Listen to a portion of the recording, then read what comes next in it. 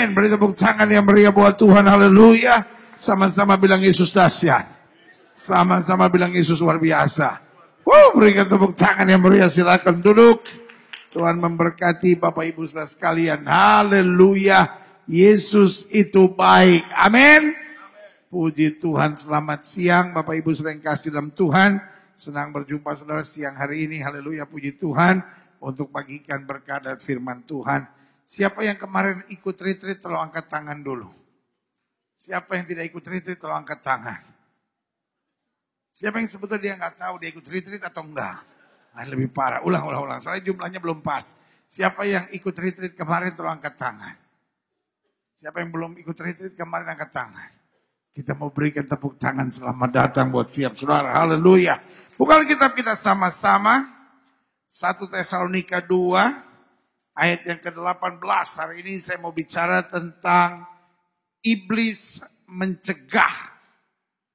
Bilang sama sebelah saudara, iblis itu ada. Amin. Orang modern mulai tidak percaya iblis. Saya selalu bilang, orang yang tidak percaya setan adalah orang yang kerasukan setan. Iya kan? Orang yang tidak percaya setan itu ada karena sudah ada di dalam setan dia. Iya kan? Sehingga dia bilang setan nggak ada, lu nggak kelihatan ada di dalam dia soalnya. Iya kan? Kalau setan itu tidak ada, kenapa ada laki doyan laki? Iya kan? Tahu nggak saudara? Anjing laki saja tidak tertarik sama anjing laki. Kalau anjing laki tomplok-tomplokan sama anjing laki, anjingnya bilang, jangan kayak manusia, jangan kayak manusia. Babi perempuan tidak pernah tertarik sama babi perempuan. Iya kan? Kalau ada babi perempuan, tahu dong babi. Babi saya lihat di Amerika ini senang sekali. Iya kan? Nggak ada yang bilang dia haram. Ya, kalau babi di Indonesia, aduh. Makanya lihat anak babi, kalau jalan nunduk, dia malu mamanya babi. Iya kan? Kelinci kalau jalan lompat-lompat, dia senang sekali mamanya bukan babi. Ya kan? Babi perempuan tidak pernah suduk-sudukan sama babi perempuan. Kalau ada babi perempuan nempel-nempel ke babi perempuan yang lain, pasti babinya bilang begini, jangan kayak manusia, ngana. Jangan kayak manusia, ngana. Stop. Kelakuan aneh-aneh, ngana, ya kan? Nah, kalau setan tidak ada, ya kan? Mana ada orang umur 41 tahun perkosa anak laki-laki umur 7 tahun, 6 tahun, ya kan? Yang disebut pedofil. Nah, saudara yang dikasih dalam Tuhan, orang modern berkata, setan tidak ada. Dan tahukah saudara, setan paling senang dibilang tidak ada. Kenapa? Kita nggak waspada. Hello? Gini.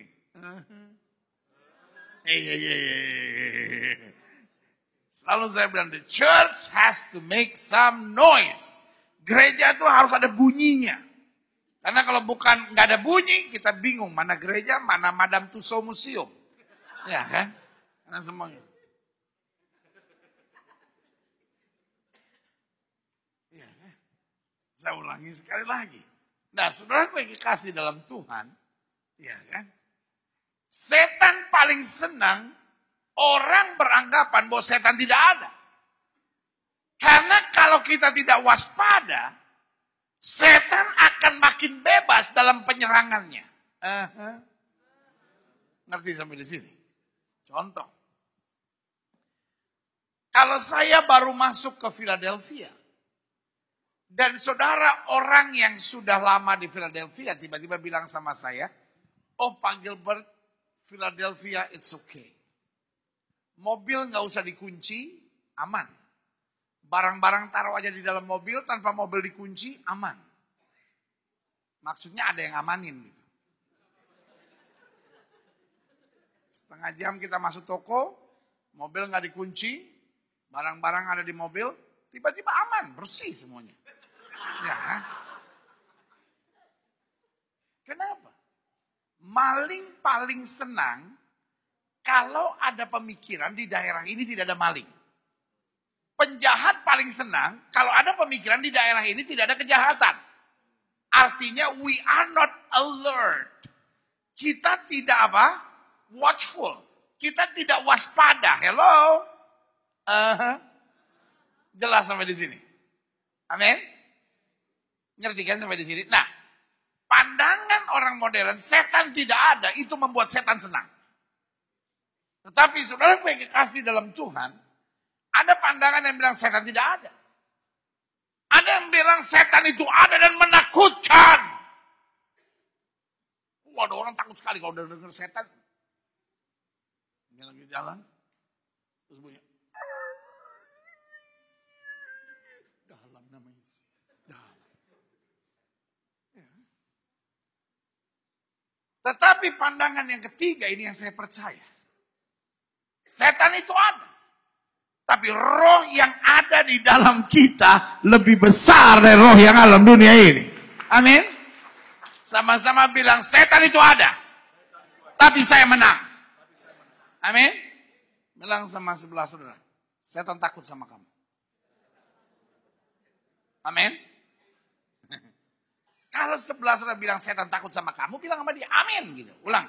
Setan takut sama kamu. Jangan gini, setan takut sama kamu. Sama, saya juga takut sama dia. Namanya parah, saudara. Nah, ini yang kita mau belajar hari ini. 1 Tesalonika 2, ayat 18. Paulus bilang begini. Sebab, dikatakan apa? Kami, aku dengan hamba-hamba Tuhan yang lain, kami telah berniat untuk datang kepada kamu. Aku, Paulus, malahan lebih dari sekali. Tetapi, apa? Iblis, apa? Telah mencegah kami. Pertanyaan saya, iblis mau cegah kita dari apa? Satu, iblis tidak mau lihat kita bahagia. Iblis tidak mau lihat kita mengalami kemajuan. Pekerjaan iblis, dia mau mencegah. Mencegah kita dari melayani. Mencegah kita dari menjadi suami yang baik. Istri yang berkenan kepada Tuhan. Mencegah kita untuk meninggalkan kebiasaan-kebiasaan buruk. Ya kan? Sehingga iblis selalu membuat kita nyaman dengan dosa kita. Iblis membuat kita nyaman dengan kesalahan-kesalahan kita. Iblis bikin comfort dalam hidup kita dan bilang, it's okay, kamu berzina sedikit, kan gak apa-apa, normal. Iblis mau mencegah. Tetapi saudara yang kasih dalam Tuhan, anak Tuhan Yesus harus terus berjuang dan merebut kemenangan yang sujud berikan tepuk tangan yang meriah buat Tuhan. Tahukah saudara, Tuhan senang lihat saudara bahagia. Saya ulangi sekali lagi. Tuhan senang lihat kita bahagia. Sama-sama bilang sama saya, Tuhan senang lihat saya senang. Tuhan senang gak lihat saudara stres? Halo? Tuhan senang gak lihat saudara stres? Tuhan senang gak lihat rumah tangga saudara maki-makian, bentak-bentakan gitu? Tuhan senang gak lihat hidup saudara penuh dengan kepahitan, kekecewaan gitu? No. Tuhan senang, hello? Tuhan senang lihat kita bahagia. Amin. Dan saya selalu bilang gini, bahkan keinginan Tuhan untuk kita bahagia lebih besar daripada keinginan kita untuk berbahagia. Keinginan Tuhan supaya kita berhasil lebih besar daripada keinginan kita sendiri untuk berhasil. Mungkin saya bilang, sorry ya benar. Kayaknya pandangan itu keliru deh benar. Saya tuh pengen banget berhasil. Benar. Saya pengen banget bahagia. Tapi Tuhan kayaknya menghambat. Saya mungkin memang diciptakan untuk menderita.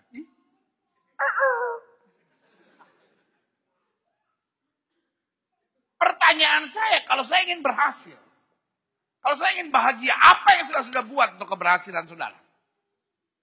Kadang-kala kita hanya ingin berhasil, tapi dengar baik. Apa yang Tuhan buat supaya kita mau bahagia? Apa yang Tuhan buat supaya kita bisa berhasil? Satu, dia tinggalkan sorga. Amin. My God is a serious God. Dia tinggalkan sorga. Sama-sama bilang sama saya, dia tinggalkan sorga. Kita kadang-kadang untuk kebahagiaan kita ninggalin sesuatu itu malas gitu.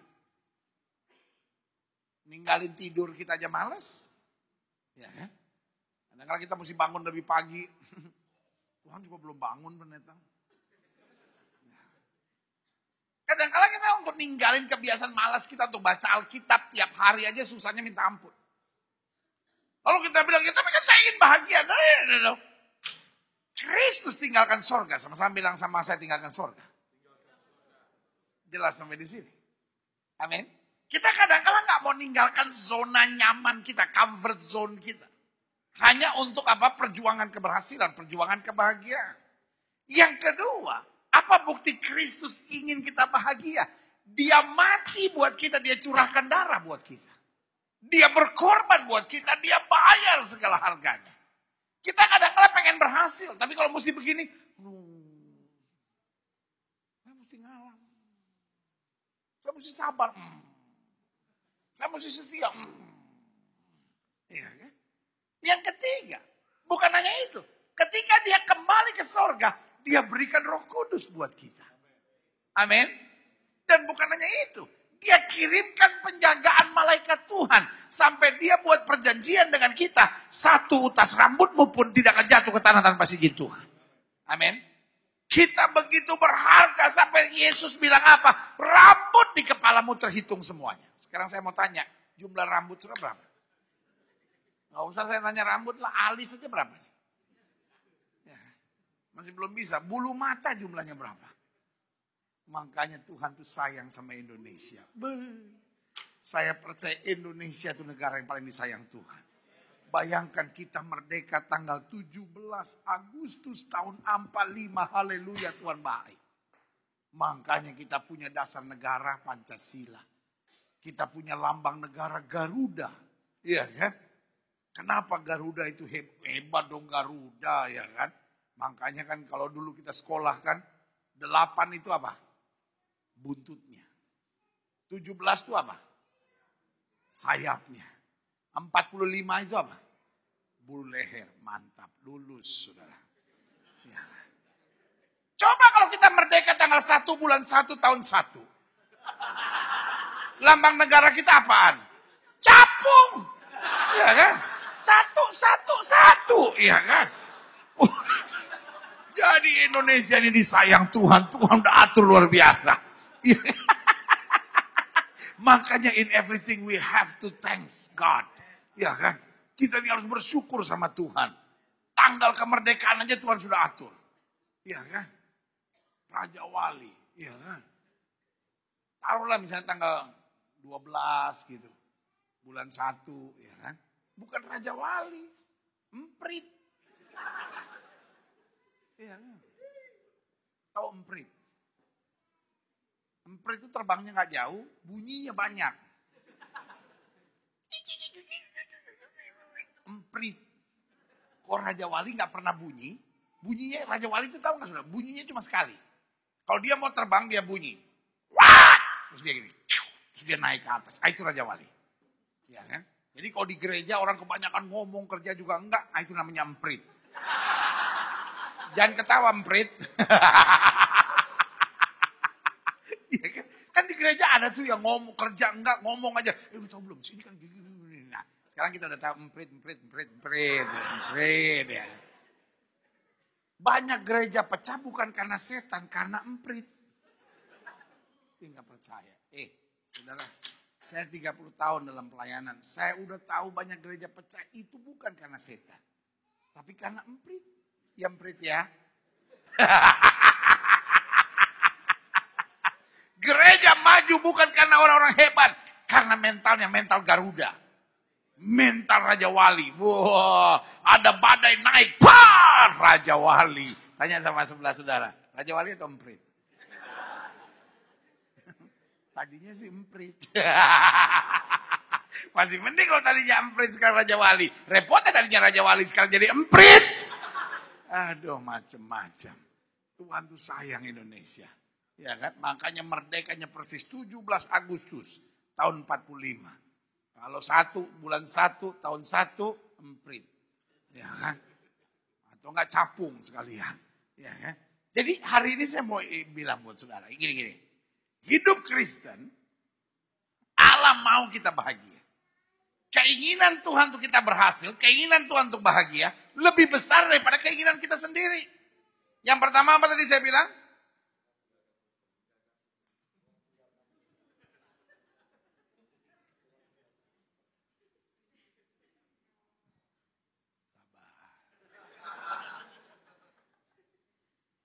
Sakit gak sih hati ketika kita ngomong gitu, terus orang...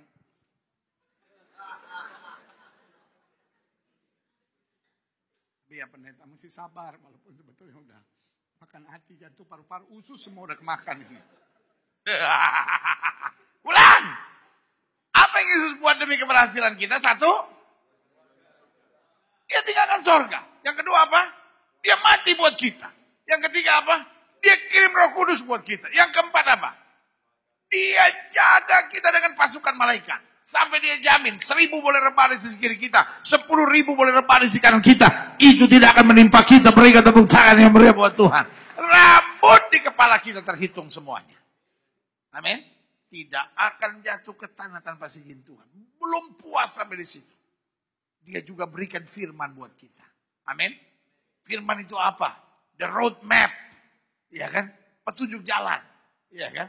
Seperti GPS-nya tuh. Dan dia jamin kalau kamu tidak miring ke kiri maupun miring ke kanan, kamu akan naik. Dengan kata kamu akan sampai tujuan. Dan tujuan Tuhan adalah untuk memberkati kita lebih dan lebih lagi. Berikan tepuk tangan yang meriah buat Tuhan. Amin. Jadi sekarang kita sepakat dulu. Kerinduan Tuhan untuk kita berhasil lebih besar daripada kerinduan kita sendiri untuk berhasil. Amin. Kerinduan untuk kita bahagia lebih besar daripada kerinduan Tuhan untuk kita bahagia lebih besar daripada kerinduan kita untuk bahagia. Kita cuma berhayal doang gitu. Kapan saya bahagia? Orang Indonesia ini paling senang menghayal. Tahun 70-an Rinto Harahap bikin lagu. Seandainya aku punya sayap, terbanglah aku. Terus mencoknya di mana? Ya. Tahun 80-an Dul Sumbang bikin lagu. Kalau bulan bisa ngomong. Ya kita gak bisa tidur, dia ngobrol sama matahari tiap malam. Ya kan? Dia panggil matahari malam-malam, Mat, lagi ngapain Mat? Lu lagi gak dinas? Enggak nih, gue lagi istirahat sama bini gue, lu ngapain? Biasa, nerangi bumi. Ya kan? Tahun 90-an, tahu siapa yang bikin lagu itu? Andai aku jadi orang kaya. Kita cuma penuh hayalan. Kapan saya kaya, kapan saya sukses, kapan saya begini, kapan saya begini. Tetapi Kristus melakukan segalanya untuk kebahagiaan dan sukses kita. Berikan tepuk tangan yang meriah. Makanya selalu saya bilang, orang sukses bukan orang yang sempurna. Tapi orang sukses adalah orang yang mau disempurnakan. Orang sukses bukan orang yang tidak pernah gagal. Orang sukses adalah orang yang tidak pernah menyerah. Amin. Iya kan?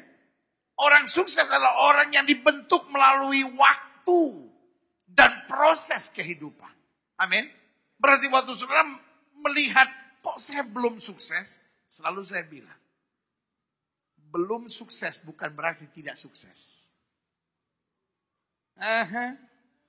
Sama-sama bilang sama saya, belum sukses bukan berarti tidak sukses. Kita kadang-kadang bilang, wow saya di Philadelphia ini gak sukses nih pendeta. No. Might be belum sukses, tapi bukan berarti tidak sukses. Kenapa?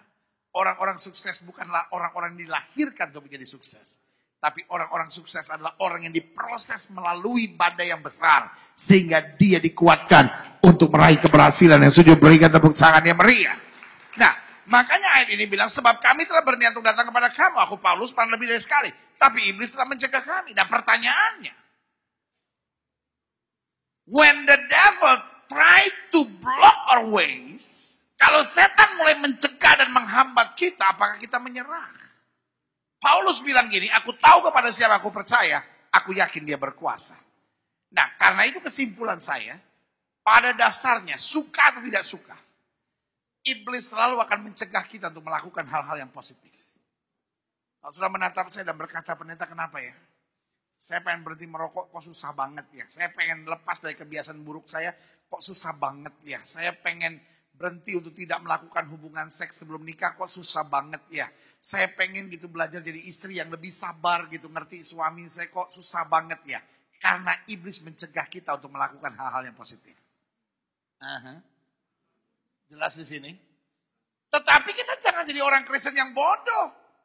Ya saya sih pengen pendeta. Tapi setan mencegah. Itu saya mesti buat apa dong? Lawan. Sama-sama bilang sama saya, lawan. Makanya tahu ke saudara, iblis paling benci sama orang Kristen. Tapi gak apa-apa, saya juga paling benci sama dia. Ya. Saya lebih senang setan benci saya daripada setan sayang sama saya. Ya, ya? Ada banyak orang yang bilang, gitu lu benci setan, biarin aja. Saya lebih mending setan benci saya, saking bencinya dia gak mau deket-deket saya. Daripada dia sayang, Gilbert. Muah. Ya. Saudaraku, iblis selalu mencegah kita untuk melakukan hal-hal yang positif. Tetapi hidup Kristen tidak menyerah. Karena kita tahu, jika Tuhan di pihak kita tidak ada yang dapat melawan kita. Berikan tepuk tangan yang meriah. Nah, makanya saya simpulkan begini. Iblis itu jangan ditakuti tetapi dilawan. Never let the devil entertain your mind. Amin. Iya kan? Kadang-kala kita bilang gini, kayaknya saya nggak mungkin deh. Kayaknya saya nggak bisa berubah deh. Kayaknya rumah tangga saya nggak bisa bahagia deh. Lalu kita biarkan the devil entertain our mind. Iya kan? Dan kita larut dengan entertainmentnya setan itu. Iya ya, kayaknya udah nggak mungkin gitu ya. Memang begini. Ya udah saya terima nasib aja. Ya udah saya sabar. Lu sabar bener. Karena itu dalam hidup ini selalu saya bilang. Kalau Tuhan menguji kita bertahan. Sama-sama bilang kalau Tuhan menguji saya bertahan. Kalau saya salah berubah. Kalau setan menyerang lawan. Amin. Kita nih kadang-kadang lihat masalah salah-salah gitu.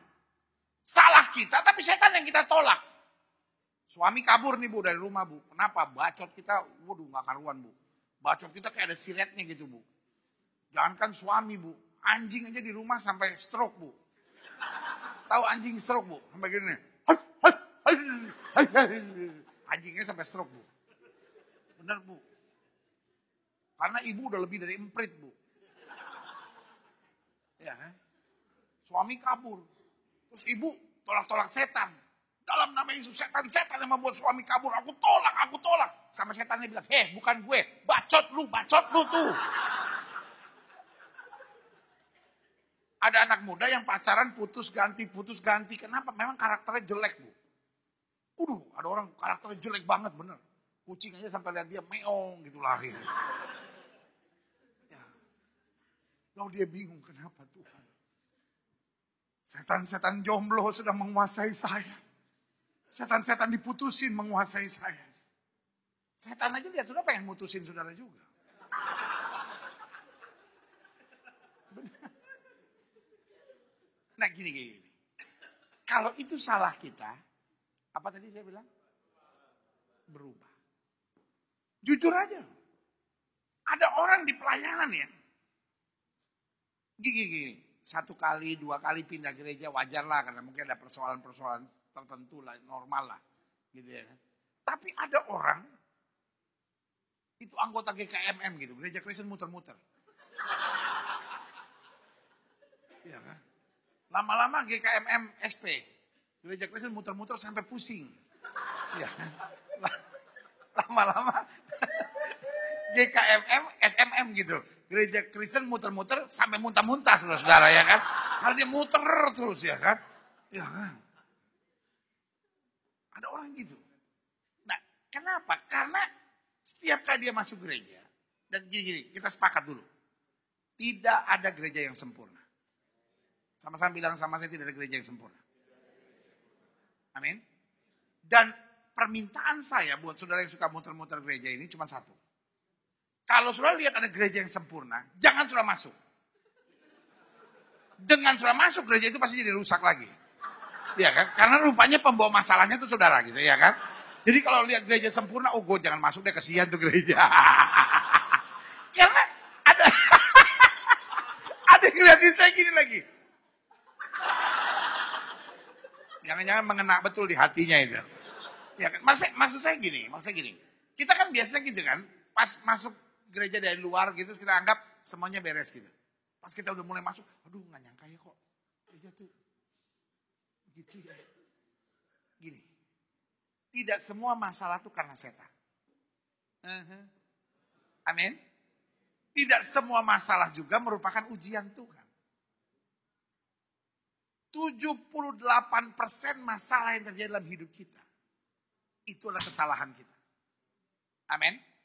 Kadang-kala kitanya memang gak bisa bekerja sama orang. Kadang-kala kitanya memang terlalu angkuh, kadang-kala kitanya egois, kadang-kala kita kepala batu. Kadang-kala kita, lubang hidung ngadep atas gitu.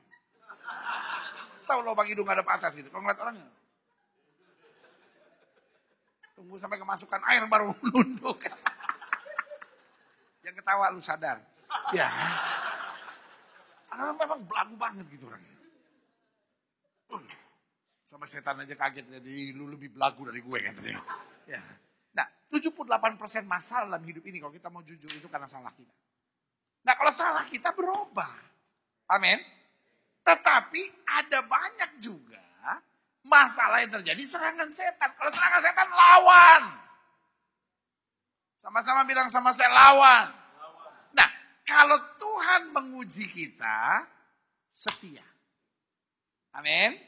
Jangan Tuhan menguji kita, ya kan?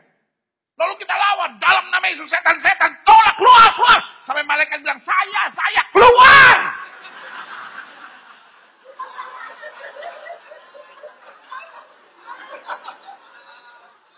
Sampai malaikat pun diusir. Aduh tega nih orang. Tapi sebaliknya. Ketika setan menyerang kita, jangan kita sabar. Setan lagi menyerang kita. Aku berserah. Setan bilang amin. Jadi kalau kita lihat masalah, kalau kita nggak bahagia, kalau kita lihat kayak ada kegagalan, nilai dulu ini why. Ini ujian dari Tuhan, sabar. Di balik kesabaran ada upah yang luar biasa. Kalau itu karena kesalahan kita, berubah. Kita mau doa sampai nungging-nungging juga. Kalau itu salah kita lalu kita nggak mau berubah, tetap aja Tuhan bilang jangan minta mujizat, berubah.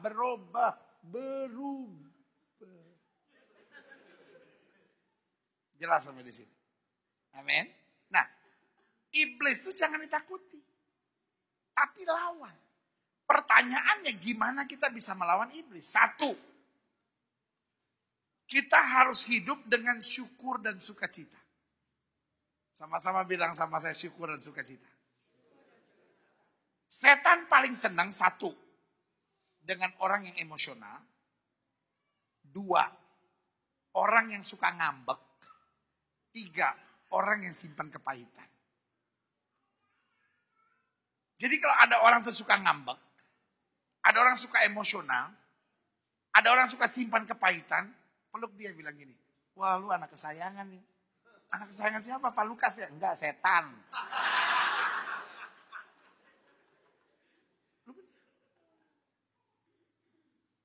Karena gini, setan gak peduli saudara pelayanan. Halo? Setan gak peduli saudara aktif di gereja. Setan gak peduli saudara cinta Yesus. Tapi kalau saudara setiap kali ada masalah, terus emosian gitu, terus ngambek, terus simpan kepahitan, setan paling gampang pakai saudara. Saya mau tanya sama saudara. Saul itu anak Tuhan atau anak setan? Halo? Saul itu anak Tuhan atau anak setan? Anak Tuhan. He loved God so much. Siapa yang angkat Saul menjadi raja? DPR. Koalisi merah putih bos, yang angkat dia bos. Banyak kan nonton berita di Indonesia jadi begini nih saudara nih. Siapa yang angkat Saul menjadi raja? God himself. Kenapa Tuhan angkat dia? Karena Tuhan lihat kesungguhan dia. Tetapi apa yang terjadi? Waktu dia lihat Daud mulai diberkati. Karena perempuan-perempuan Yerusalem berkata, Saul mengalahkan beribu-ribu musuh, Daud mengalahkan berlaksa-laksa. Dia mulai iri. Dia mulai ada kepahitan, hello. Dia mulai ada apa? Emosi. Dia mulai ngambek. Dia mulai bilang, oke. Sekarang baru dipuji, sebentar lagi dia yang jadi raja. Aha. Apa yang terjadi? Mulai saat itu, dia jadi orang yang kerasukan setan. Bayangkan. Bayangkan. Berkali-kali dia lempar Daud dengan tombak. Siapa Daud buat apa itu namanya, buat Saul? Folks, yang pertama, Daud pernah nolong dia waktu dia kerasukan. Betul nggak? Alkitab berkata sampai ludahnya meleleh-meleleh ke janggutnya. Daud yang tolong. Bayangin. Orang yang pernah nolong dia tiba-tiba mau dibunuh. Jahat nggak tuh Saul? Kalau kita jadi Daud, kita bilang, Ul. Lu inget ya? Waktu lu ngiler-ngiler siapa yang nolong? Gue yang nolong kan. Kalau enggak lu masih ngiler sampai sekarang lu.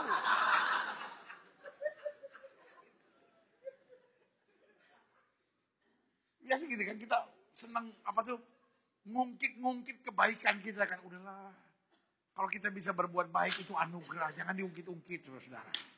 Dia tuh pendeta, kalau saya nggak tolong pendeta, sekarang udah tidur di got. Lu pikir ikan cu tidur di got. Sembarang-sembarang aja saudara ini. Ya. Apalagi yang dia buat? Daud. Daud tuh nyelamatin mukanya Saul, bos. Waktu Goliat maki-maki bangsa Israel, Daud ngapain? Daud yang hadapin, Saul ngapain? Kalau anak muda sekarang bilang apa tuh tentang Saul? Cemen. Tahu cemen? Cepat menyerah. Cemen dia, cemen. Baju-baju kerajaan, pasukan banyak, ditantang. Daud yang maju. Daud yang nyelamatin muka Saul. Ya kan? Tapi itu yang saya bilang. Orang kalau hatinya suka ngambek, suka emosi, dan apa? Suka simpan kepahitan. Enak ngomongnya.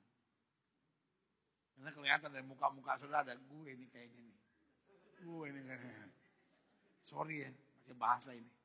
Anak kesayangannya setan. Hari ini kita mau ambil komitmen. Apapun yang terjadi, kita mau hidup dengan syukur dan sukacita. Haleluya. Setan paling pahit aja. Kalau dia lihat apapun yang terjadi, kita tetap bersyukur. Kita tetap bersukacita. Aku tahu Allahku tidak pernah meninggalkan aku. Aku tahu Allahku membela aku. Aku tahu Allahku menyediakan yang terbaik bagi aku. Berikan tepuk tangan. Sama-sama bilang, saya akan tetap bersyukur. Saya akan tetap bersukacita. Dalam segala hal. Amin. Selalu saya bilang syukur dan sukacita tidak pernah merugikan kita. Ngambek ngerugiin kita enggak? Ngerugiin. Emosian, makan hati, kepahitan, merugikan kita enggak? Satu, merugikan apa? Merugikan kesehatan kita. Orang yang suka emosian, orang yang suka ngambek, orang yang suka kepahitan, cepat mati. Dan saya mau bilang sama saudara, di Amerika ini mati itu mahal. Kau pikir mati murah kah? Kalau masih susah jangan mati dulu. Mati aja bisa 8.000, 9.000 di sini. Jangan mati dulu. 8.000 sudah pakai ke mall, dapat untung banyak itu. Apalagi Black Friday. Daripada cuma beli peti sama kuburan, ya kan? Bilang sama Tuhan, Tuhan saya masih susah. Jangan mau mati dulu, tunggu saya kaya Tuhan. Ya kan? Saya mau menikmati. Rugi lo ngambek itu, rugi lo emosi. Yang pertama, dia cepat mati. Yang kedua, sudah kelihatan cepat tua. Sampai orang panggil sudah, oma. Oma umur berapa? Ah, saya baru 32. Coba bayangkan. Baru 32 orang pikir udah 97. Ya. Tapi orang kalau bersuka cita. Orang kalau bersuka cita, bersyukur. Sampai orang tanya. Ci, kuliah di mana? Aduh, saya udah punya cucu 4. Umur saya udah 73. Yaelah. Umur 73 masih dipanggil Ci, ya kuliah di mana? Ya.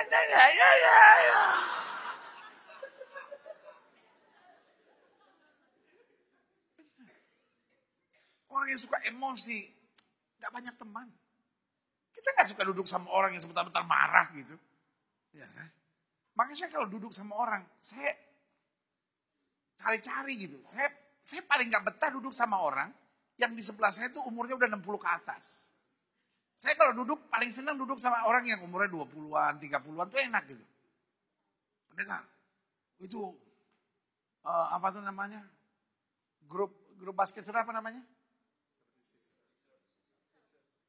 76ers ya? Sixers tuh, begini.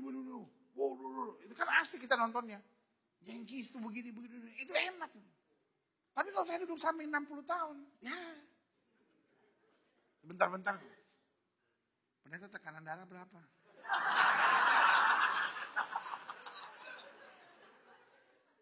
Pendeta ada gula ya? Gula berapa gula? Urik asid berapa? Pendeta ada asam uratnya? Nggak ada apa asam urat, asam ketek saya ada.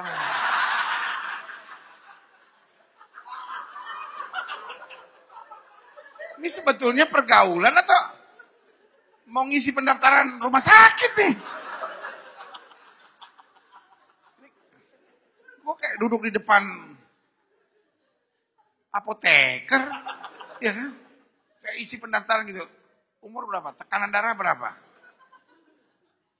Ya sebelum ketemu Bapak sih tekanan darah saya 110. Pas ketemu Bapak kayaknya udah 180 nih.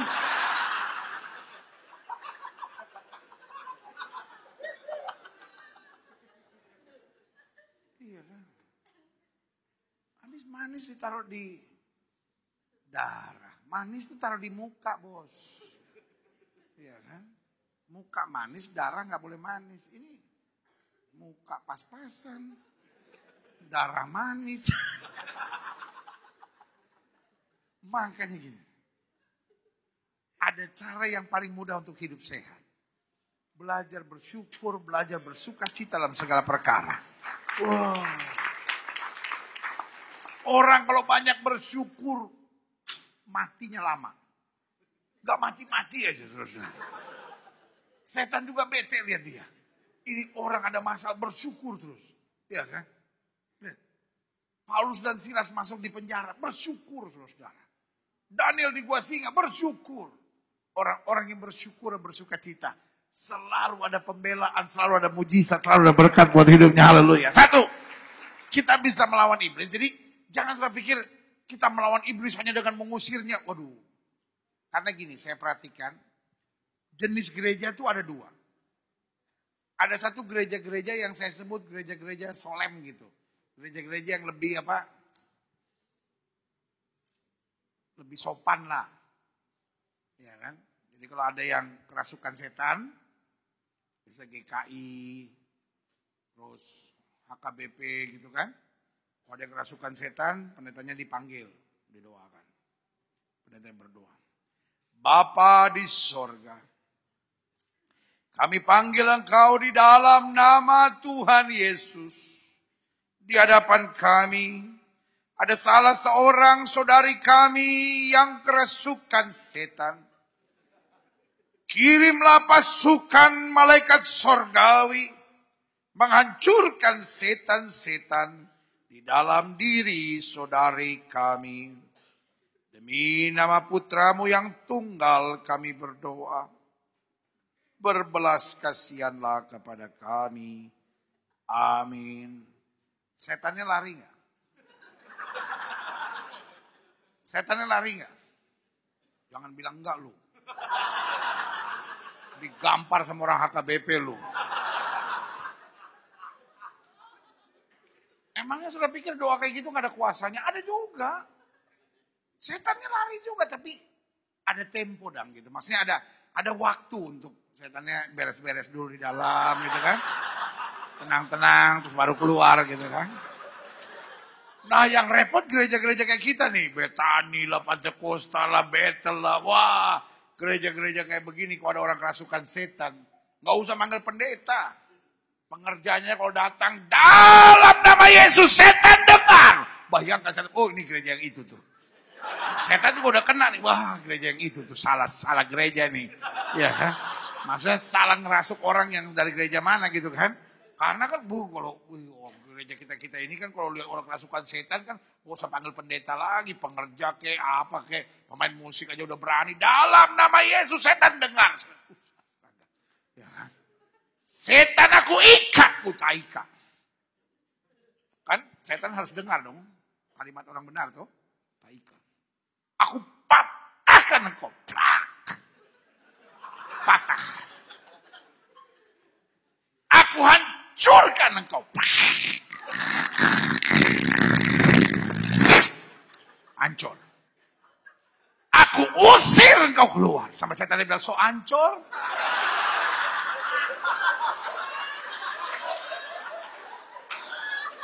Bagaimana lagi dia mau keluar? So hancur, so tabla-tabla, so tapa-tapa.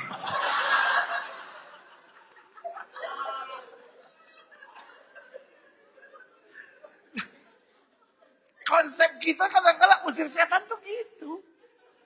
Ya itu buat orang kerasukan setan, tapi buat keseharian kita, remember. Kerinduan Tuhan untuk kita sukses, kerinduan Tuhan untuk kita bahagia, jauh lebih besar daripada kerinduan kita. Amin. Nah tapi persoalannya, iblis mencegah. Jelas sampai di sini. Segala hal yang positif yang harusnya kita terima, segala hal yang positif yang harusnya kita lakukan, the devil try to block your ways. Setan akan coba menghalangi jalan-jalan saudara. Iya kan? Nah, bagaimana kita bisa melawannya? No other way. Kita harus lawan. Sama-sama bilang saya harus lawan. Satu, hidup dengan syukur dan sukacita. Yang kedua, hidup lurus dan hidup bersih. Sama-sama bilang sama saya lurus dan bersih. Sama-sama bilang sama saya lurus dan bersih. Alkitab bilang dalam kitab Filipi, angkatan ini adalah angkatan yang apa? Bengkok dan apa? Sesat. Artinya apa? Banyak orang tuh, bahasa sehari-hari saya suka bilang gini, banyak orang sekarang ini senangnya yang aneh-aneh dan macam-macam. Ya. Kalau ada masalah, berdoa. Tapi sekarang ada ajaran baru. Orang senang pergi ke yoga. Yoga is not a sport. Yoga is a worship. Iya kan? Ada banyak orang Kristen percaya yoga, saudara-saudara. Mengosongkan diri. Lah, Alkitab bilang jangan kosong, bos. 7 roh jahat yang akan masuk. Iya kan? Ya, tapi kan kita mengosongkan diri, menentram. Loh, kita nggak harus hidup menentramkan diri, kita harus face our problems. Amin? Iya kan? Yoga is not a sport. Yoga is a worship. Yoga itu penyembahan. Jelas sampai di sini. Amin? Kita punya cara penyembahan yang lain. Kenapa kita mesti percaya yoga? Hari ini saya mau ingatkan, ada banyak orang jadi aneh-aneh. Iya kan? Udah menikah. Udahlah kayaknya nggak bisa dipertahankan, bercerai aja. Loh, pada Allah bilang, Alkitab bilang Allah benci perceraian. Kalau kita mau bercerai kan jadi aneh-aneh. Kita udah apa itu namanya, punya suami. Kita banding-bandingkan sama suami orang. Papa tuh kurang romantis ya. Coba lihat dong, tetangga sebelah. Setiap kali berangkat kantor, dia cium istrinya. Papa mestinya begitu dong. Hah? Masa aku mesti cium istrinya juga? Nanti marah dong suaminya.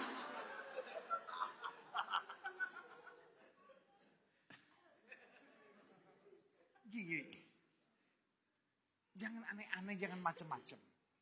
Hidup ini bersih dan lurus saja. Sama-sama bilang sama saya, bersih dan lurus. Tadi pagi saya ada cerita sesuatu. Orang sekarang ini paling senang banding-bandingkan orang. Ma, kamu tuh gak seperti mama saya ya. Mama saya kalau bikin sambal tuh enak, gak kayak mama. Bikin sambal kok pahit. Ini sebetulnya sambal atau nikotin sih, Ma? Ya. Suka banding-bandingin. Sampai istrinya sakit hati dong. Istri mana yang senang dibanding-bandingin sama mama lu itu? Ya udah lu kawin aja sama mama lu sono. Ya kan? Istri banding-bandingkan suaminya. Papa tuh gak seperti papa aku ya. Papa aku kalau TV rusak dia bisa betulin. Setrikaan rusak dia bisa betulin. Mesin cuci rusak dia bisa betulin. Lampu rusak dia betulin. Itu sebetulnya pintar atau pelit sih? Gak mau banget gitu manggil nukang. Sampai ada satu cerita. Ada orang Sangir satu. Anaknya nama Ungke. Ungke nakal banget lagi. Jadi satu kali omaknya stres kan. Dia marah sama Ungke. Ungke! Ngana itu Ungke? Udah nakal. Buduk sekali nganai. Coba lihat itu. Si Michael itu tetangga sebelah itu. Baik, pintar, sopan, gak rupa ngana. Makan sehari sekarong. Ungke marah. Ungke langsung bilang gini, Oma, kalau kita nakal kita mengerti. Kita bodoh kita mengerti.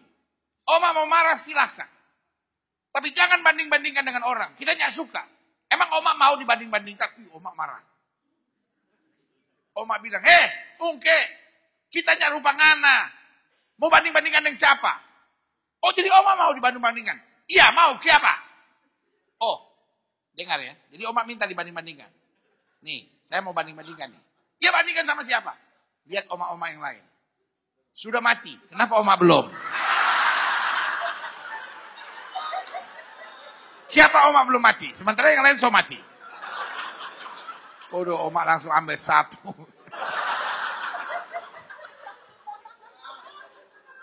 Gini nih. Hidup itu bersih-bersih saja, lurus-lurus saja. Gak perlu menginginkan milik orang lain. Gak perlu kompetisi dengan orang lain. Ya kan? Ada banyak orang gak bersih itu. Iri banget sama orang. Pengen jadi seperti orang lain. Ya kan? Makanya sampai lagu rohani aja bisa iri sama orang. Kalau lain ditolong, saya juga. Maksudnya gini, kalau mau minta tolong sama Tuhan, minta tolong aja. Pertolonganmu begitu ajaib, kan enak. Kalau lain ditolong,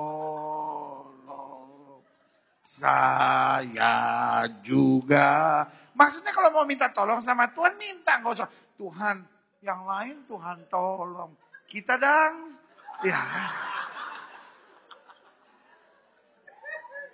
Siapa mesti banding-bandingkan? Hidup ini bersih-bersih dan lurus-lurus saja. Amin. Alkitab bilang siapa yang boleh naik ke gunung Tuhan? Orang yang bersih hatinya dan suci hatinya. Beri tepuk tangan yang meriah buat Tuhan. Amin. Kalau kita mulai aneh-aneh dan macam-macam, setan paling senang sama orang Kristen yang aneh-aneh dan macam-macam. Ngerti maksudnya?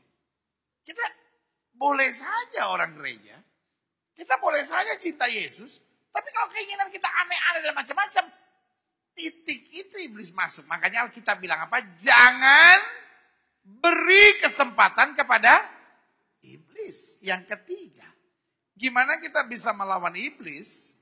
Hidup melekat pada Kristus. Karena bukan kitanya yang ditakuti setan, tetapi roh di dalam kitanya. Amin. Iya ya. Kalau saudara berjalan sama kepala polisi, ya kan? Maka preman-preman manapun akan lari lihat saudara. Tetapi bukan karena saudaranya, tapi siapa yang berjalan bersama saudara. Makanya Alkitab bilang kalau kamu tinggal dalam aku dan firmanku tinggal dalam kamu, minta apa saja. Amin. Selama kita melekat pada Kristus, makanya dengar. Tiap hari, usahakan read the Bible. Amin. Tiap hari usahakan baca Alkitab, baca Alkitab, baca Alkitab. Doa di gereja hadiri. Kenapa? Kalau kita melekat kepada Kristus. Alkitab bilang apa? Waktu kita tinggal di dalam Kristus, maka kita akan berbuah banyak. Kasih tepuk tangan dari yang buat Tuhan. Haleluya. Yang keempat, yang terakhir. Jadi ingat ya, kerinduan Tuhan untuk kita berhasil dan bahagia jauh lebih besar daripada kerinduan kita. Karena pada dasarnya Allah senang lihat kita senang. Nah, tetapi kemudian apa persoalannya? Iblis mencegah kita untuk menerima dan melakukan hal yang positif.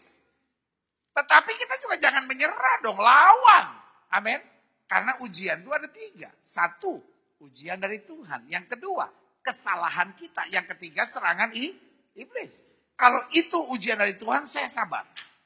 Kalau itu kesalahan saya harus berubah. Kalau itu ujian setan, saya lawan. Kalau setan mulai menyerang saya lawan. Gimana saya melawannya? 1, hidup dengan syukur dan sukacita. 2, lurus dan bersih. 3, apa? Melekat pada Kristus. Biar kekuatan Tuhan menjadi kekuatan kita. Dan yang keempat, yang terakhir, hidup dengan iman dan semangat. Sama-sama bilang sama saya iman dan semangat. Alkitab saya bilang, orang benar akan hidup oleh iman. Amin. Orang dunia hidup dengan apa? Uang. Orang dunia hidup dengan apa? Logika. Orang dunia hidup dengan apa? Dengan perhitungan-perhitungan keadaan yang ada di depan dia. Tapi selalu saya bilang, keadaan bisa berubah. Logika bisa berputar. Situasi bisa berbeda. Tetapi satu yang kita tahu, langit dan bumi boleh lenyap, firman Tuhan tinggal tetap. Selama saya pegang iman dengan kuat, selama saya tetap bersemangat, saya percaya Tuhan tidak pernah mempermalukan orang yang berharap kepadanya. Alkitab saya bilang singa muda boleh melana kelaparan, tapi orang yang berharap kepada Tuhan, orang yang beriman dan tetap semangat, akan melihat pertolongan Tuhan yang sempurna. Berikan tepuk tangan yang meriah. Saya undang kita semua bangkit berdiri. Haleluya.